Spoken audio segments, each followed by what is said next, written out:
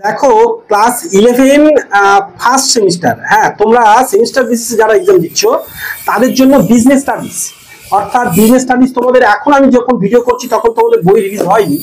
তো এরকম পুরোনো বই কিন্তু সিলেবাস একই, তার কিছু কিছু চ্যাপ্টার আমি তোমাদের জানিয়েছিলাম আরো আগের একটি ভিডিও পর্বে। তোমরা চ্যানেলে যাও বা তোমাদের আলাদা প্লেলিস্ট করা আছে, সেখানে আমি তোমাদের জানিয়েছি। এইখানে যেমন এই চ্যাপ্টারগুলো এখান থেকে এগুলো তোমাদের রয়েছে, এবং তোমাদের ফার্স্ট সেমিস্টার সিস্টেমে এই চ্যাপ্টারগুলো সব রয়েছে। তো যাই হোক, এগুলো তোমাদের নতুন করে রিলিজ হবে, কিন্তু আমরা প্রথম চ্যাপ্টারে বেশ কিছু এমসিকিউ যেগুলো পড়বে তার উত্তর করে রেখেছি। এখন তোমরা যদি বলতে চাও যে স্যার শিল্প এইগুলো, তাহলে এমসিকিউ কোথা থেকে এলো?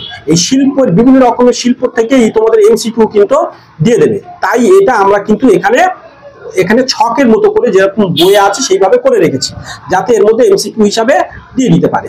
দিলেও তুমি যদি বলে একটি সহায়ক শিল্প কি, তখন পরিবহন, বা বলবে পরিবহন শিল্প হলো একটি ড্যাশ বলে একটা দুটো তিনটে অপশন বা এরকম চারটা অপশন, তখন তোমার লিখতে হবে সহায়ক শিল্প। এইভাবে এটা পড়বে। আবার বাণিজ্যের ক্ষেত্রেও ঠিক তাই এরকমই। তাহলে বাণিজ্যের ক্ষেত্রে যেমন ব্যাংকিং, কি ধরনের বাণিজ্য এটা? তাহলে ব্যবসা সহায়ক বাণিজ্য, এটা একটা এরকম পারে, এরকম তোমাদের দেবে। আর তার সাথে সাথে ওপারে পেজে দেখো, এই দেখো সুন্দর করে তোমাদেরই ক্লাসমেট তোমাদের সাথে ফার্স্ট সেমিস্টার পড়ছে আর কি, সে সুন্দর করে খাতা সাজিয়ে রেখেছে। তো এইটা যেমন ওই প্রীতির খাতা, এবং তার সাথে সাথে যেমন তোমাদেরই ক্লাসমেট যেমন দেখো আনিশার খাতা। তো ওরাও এই যে আনিশা লিখেছে এইভাবে, আমি কিন্তু এইভাবেই যেমন বলেছি কারবারের উদ্ভব হয়েছে, যেমন শুধু উত্তরটা লিখে রাখছি। এর ক্ষেত্রে একটা সুবিধা কি হবে জানো? তাহলে তোমার উত্তরটা 100% মুখস্থ থাকবে। আর এইটা এমসিকিউর আকারে যদি এরকম করে লিখে রাখতো কারবারের উদ্ভব হয়েছে যখন, তাহলে তোমাদের এখানে একটা ফাঁকি পড়ে যাওয়ার চান্স থেকে যায়। অর্থাৎ হয়তো পয়েন্টটা মনে রাখতে হবে এরকম ভাবে, বা সবসময় মনে থাকবে না। অর্থাৎ ওইরকম সম্পূর্ণ 100% মনে রাখার জন্য ওইরকম শুধু এসিকিউর মতো করে এমসিকিউ গুলো উত্তর করে রাখলে তোমার সুবিধা হবে। তো এগুলো তোমরা দেখতে থাকো, এবং তোমরা যারা এসছো এটা একবার অলরেডি দেখেছো যারা, তারা ভাবছো স্যার পুরনো দিচ্ছেন, তা নয় কিন্তু আবার এর সঙ্গে অ্যাড আছে, শেষে তোমরা বুঝতে পারবে।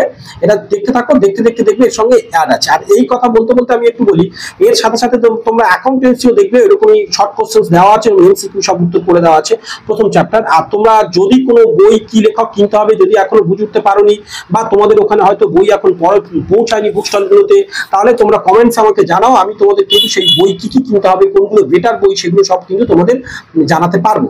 বা এই সম্পর্কে আমি কোনো ভিডিও পর্ব তোমাদের যদি প্রয়োজন হয়, আমি সেখানে বলে দিতে পারবো যে কোন কোন বইগুলো তোমাদের জন্য বেটার, এবং কোন লেখক এখন বিশেষ করে সেমিস্টার সিস্টেমের যে বইগুলো সবে সবে উঠছে কোনটা বেটার হয়েছে সেটা তোমাদের জানিয়ে দিতে পারবো। তো দেখো তোমরা দেখতে থাকছো, আশা করছি এর সাথে সাথে চলছো প্রশ্নগুলো। আর যাদের প্রয়োজন হবে একান্ত পজ করে থেমে থেমে তোমরা দেখতে পারো, আর একটু বেটার হবে তোমাদের ক্ষেত্রে।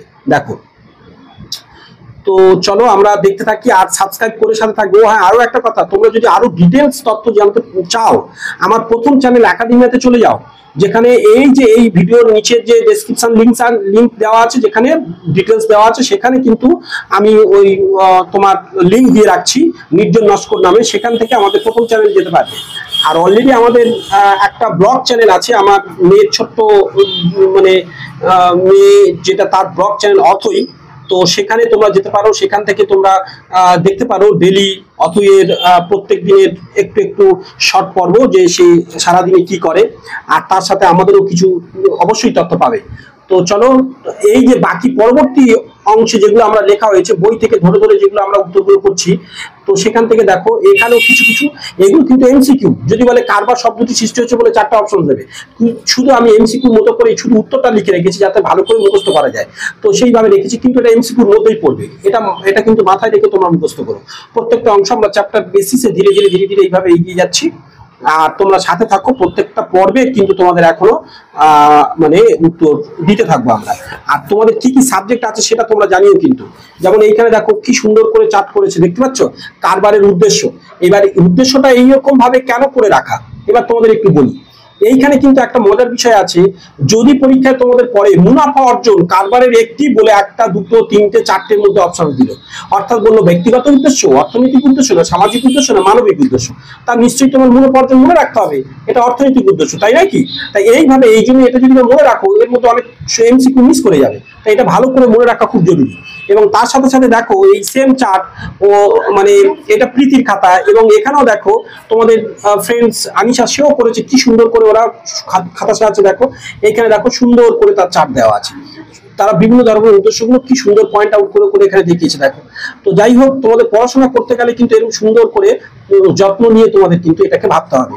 তো চলো পরের পেজটা আমরা দেখি। যেমন দেখো কারবারের উদ্দেশ্যের ক্ষেত্রে আরো একটা হয়েছে, দেখো মৌলিক বৈশিষ্ট্য। দেখো মৌলিক বৈশিষ্ট্যের ক্ষেত্রে ঠিক ওই এমসিকিউর উপরই দেখো কি সুন্দর ডিজাইন করেছে দেখো এখানে। তো দেখো মৌলিক উদ্দেশ্যগুলো, তো এইভাবে আমরা ধীরে ধীরে এগিয়ে যাচ্ছি পড়াগুলোর মধ্যে। প্রত্যেকটা সাবজেক্ট এরকম তোমাদের জন্য আমরা আনছি, সেটা তোমরা একটু লক্ষ্য রেখো। এবং দেখো এর পরবর্তী সময়ে অ্যাকাউন্টসের সেই বইটা যেটা প্রশ্ন করছি, এর পরবর্তী সময়ে দেখো আমি তোমাদের এই অ্যাকাউন্টস থেকে তোমাদের কি করব, ফার্স্ট অধ্যায়ের এমসিকিউ সব দিতে থাকবো। তো তোমরা সাথে থাকো, সবার এক্সাম ভালো হোক এইটুকুই কামনা করছি। সবাই সাথে থেকো। চলো আর প্রথম পরীক্ষার জন্য সুন্দর করে প্রস্তুতি নাও।